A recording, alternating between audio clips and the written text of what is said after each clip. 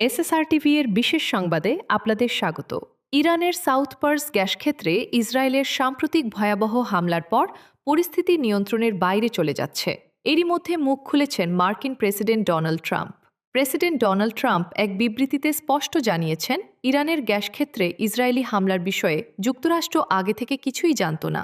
এমনকি এই অভিযানে কাতার বা যুক্তরাষ্ট্রের কোনো ধরনের সম্পৃক্ততা ছিল না বলেও তিনি দাবি করেন। তবে ট্রাম্পের বক্তব্যে সবচেয়ে বড় চমক ছিল ইরানকে দেওয়া তার সরাসরি হুমকি।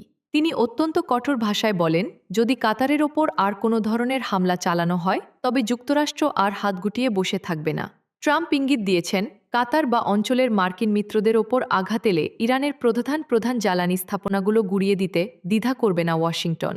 এদিকে ইসরায়েলি হামলার প্রতিশোধ নিতে ইরান ইতিমধ্যেই উপসাগরীয় অঞ্চলের বিভিন্ন লক্ষ্যবস্তুতে পাল্টা হামলা শুরু করেছে। বিশেষ করে কাতার এবং পার্শ্ববর্তী অঞ্চলের জ্বালানি অবকাঠামো ক্ষতিগ্রস্ত হওয়ার খবর পাওয়া যাচ্ছে। ইরানের এই মারমুখী অবস্থানের কারণে বিশ্ববাজারে অপরিশোধিত তেলের দাম এক লাফে অনেকটাই বেড়ে গেছে, যা বিশ্ব অর্থনীতিতে বড় ধরনের অস্থিরতার সংকেত দিচ্ছে।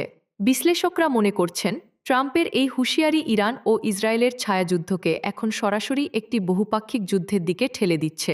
মধ্যপ্রাচ্যের এই উত্তেজনা শেষ পর্যন্ত কোথায় গিয়ে থামে সেটাই এখন দেখার বিষয়। মধ্যপ্রাচ্যের এই সংকটের প্রতিটি মুহূর্তের আপডেট পেতে চোখ রাখুন এসএসআর টিভিতে।